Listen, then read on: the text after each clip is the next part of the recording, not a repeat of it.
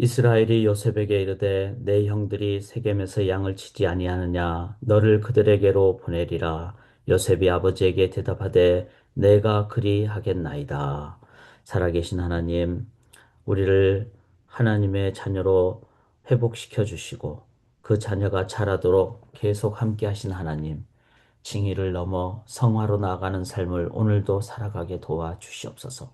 주님 앞에 서는 그날까지 계속 자라고 성장하고 성숙되어서 하나님, 우리의 변화된 모습을 통하여 하나님 살아계심이 증거되게 하옵소서. 오늘도 그렇게 하기 위하여 믿음으로 매 발걸음 걸어가게 하옵소서. 믿사오며 예수 그리스도의 이름으로 간절히 기도드리옵나이다. 아멘. 하나님께 살아가신 귀한 날입니다. 우리 오늘 수요 성경 공부 꼭 귀한 시간 문화에 관해서 나누게 됩니다. 특별히 이 주제는 너무나 우리의 삶에 중요하기 때문에 기도해 주시고 또 함께 할 수 있기를 원합니다. 또 시간이 안 되시는 분들은 꼭 이 본문을 보시고 고린도전서 10장입니다. 그리고 유튜브 통해서도 한번 보시기를 바랍니다. 우리 찬송하며 나가도록 하겠습니다. 내 주를 가까이 하게 함은 십자가 짐 같은 고생이나 우리 함께 찬양하겠습니다.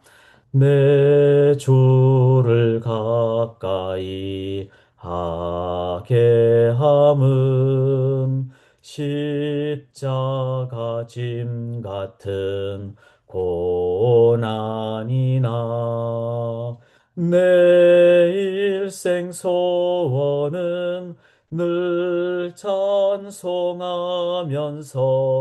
주께 더 나가기 원합니다.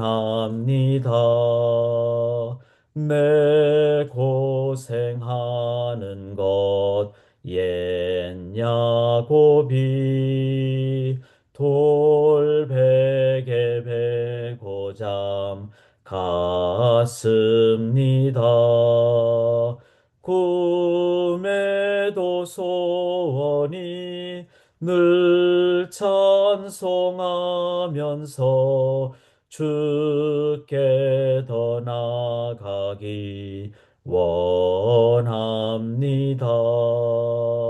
천성에 가는 길 험하여도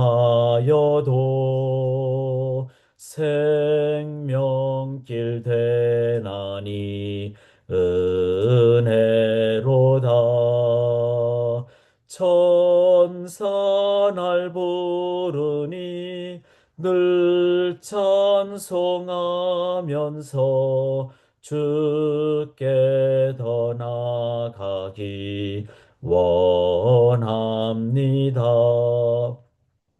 야곱이 잠 깨어 일어난 후 돌단을 쌓은 것 본받아서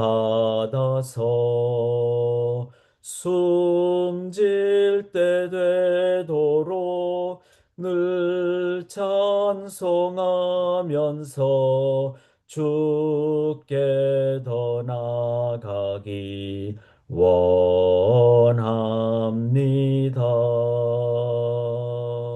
아멘.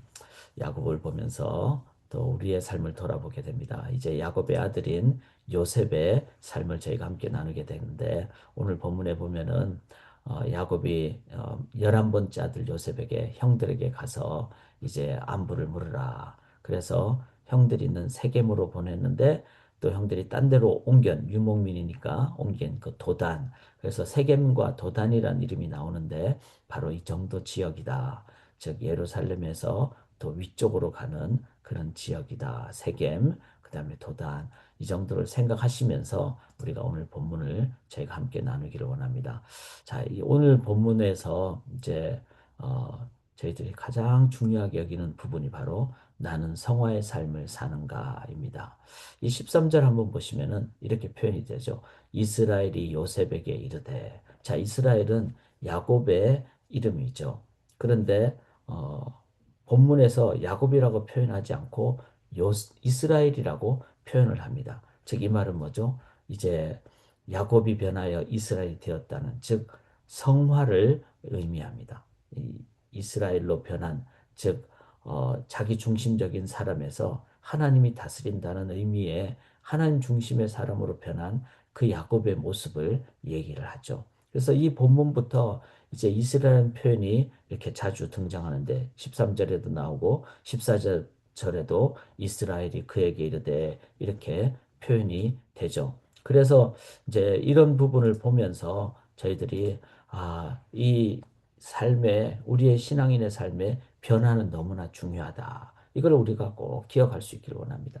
근데 변화가 이제 잘 되는 것도 중요하고, 또 많이 성장하는 것도 중요하고, 빨리 성장하는 것도 중요하죠. 자, 빨리라는 말은 절차 없이 빨리 하면 그건 별로 안 좋지만, 그러나 이 야곱의 경우 요셉하고 나이 차이가 얼마나 날까요? 11번째 아들인 요셉과 91살 차이가 납니다. 그러니까 야곱이 91살, 에 91살 때 이제 자신의 11번째 아들 요셉을 낳았다. 그런데 오늘 본문에 보면 이름이 야곱이 이제 이스라엘로 표현이 되지만, 이런 요셉을 향해서 야곱이 어떻습니까? 여기 3절에 보면은 노년에 얻은 아들이므로 그를 더 사랑함으로 채색옷, 그러니까 소위 말해서 이제 어떤 상징적인 의미도 있지만 뭐더 사랑한다는 그런 자기 중심적인 그런 모습이 야곱에게는 아직도 여전히 보이는 그런 어떤 모습을 갖고 있습니다. 그런데 이제 여기서도 이스라엘이 여러 아들들보다 이렇게 표현을 한 것은, 그가 이렇게 아직도 자기 중심적인 그런 모습이 있지만 그를 누가 붙잡고 있다는 겁니까? 하나님이 붙잡고 있다는 겁니다. 하나님이 다스리고 있다는 거죠. 그래서 실은 이제 이스라엘, 즉 야곱의 아들인 요셉을 통해서 하나님이 이제 하나님의 약속을 성취하신다는 그런 의미로 이스라엘이라고 표현된 부분도 있습니다. 그렇지만 여전히 야곱에게는 아직까지 그 성장의 어떤 계속되는 모습을 보여주는, 그래서 자기 중심적인 모습을 보여주는 그런 모습들이 있죠. 이제 그런 반면에 91살 차이가 나는, 지금 이제 요셉은 몇 살이죠? 여기 2절에 보면은 요셉이 17살이더라. 17세의 소년이다. 그러니까 17세. 그러면 지금 야곱의 나이는 108세가 됩니다. 108 years. 108살에 그 나이가 아주 노년이죠. 그 노년인 야곱은 아직도 자기중심적인 측면이 좀 있어요. 그리고 그도 하나님의 손에 붙잡히면 되죠. 그런데 요셉은 17살입니다. 그 17살의 나이에 이 요셉은 어떤 모습을 갖죠?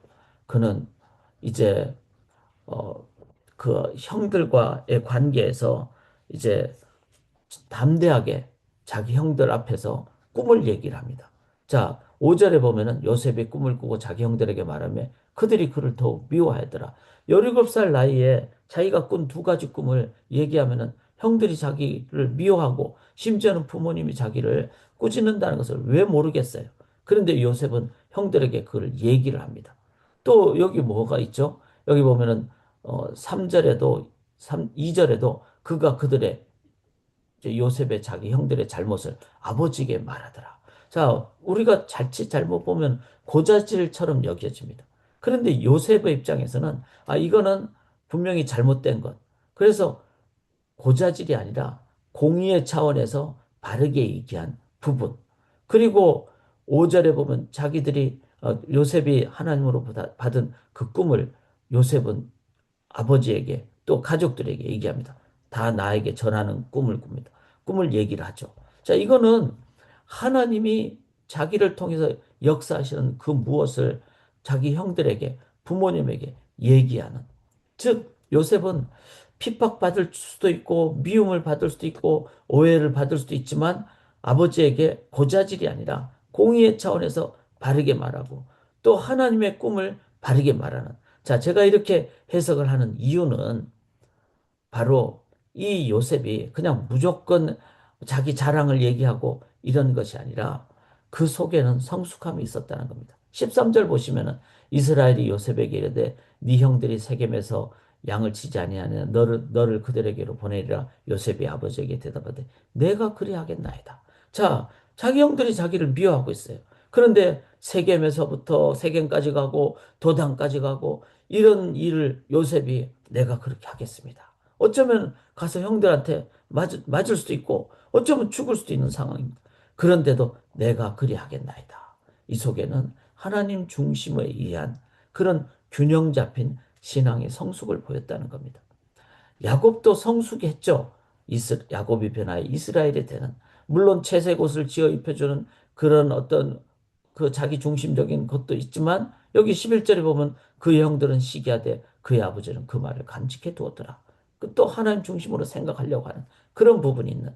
그렇지만 참 아쉬운 점은 있다는 거죠. 108세 된 야곱은 아직도 참 100살이 넘었는데도 인간의 측면도 있고 하나님께로 나가려는 측면도 있고. 그래서 야곱은 우리의 어떤 모습을 볼 수 있죠. 계속 부족하지만 성화되는. 그런데 우리의 목표는 뭐가 되어야 되겠습니까? 야곱처럼 그렇게 노년이 되어서 변화되기보다는 요셉처럼 17살이 되어서 균형 잡힌 시각과 하나님 중심의 시각을 가질 수가 있다면 얼마나 남은 그 91살의 91년의 기간 동안 더 많은 일을 할 수 있지 않겠습니까? 실제로 요셉은 그랬죠. 그 뒤에 인생을 보면은 끌려가고 그 다음에 모함받고 감옥에 있고 그렇지만 그는 그 애굽의 총리 대신의 자리까지 올라가게 되는 그리고 구원사에 아주 중요한 역할을 하게 되는 남은 인생이 그렇게 귀하게 사용받는 그런 모습을 보게 됩니다.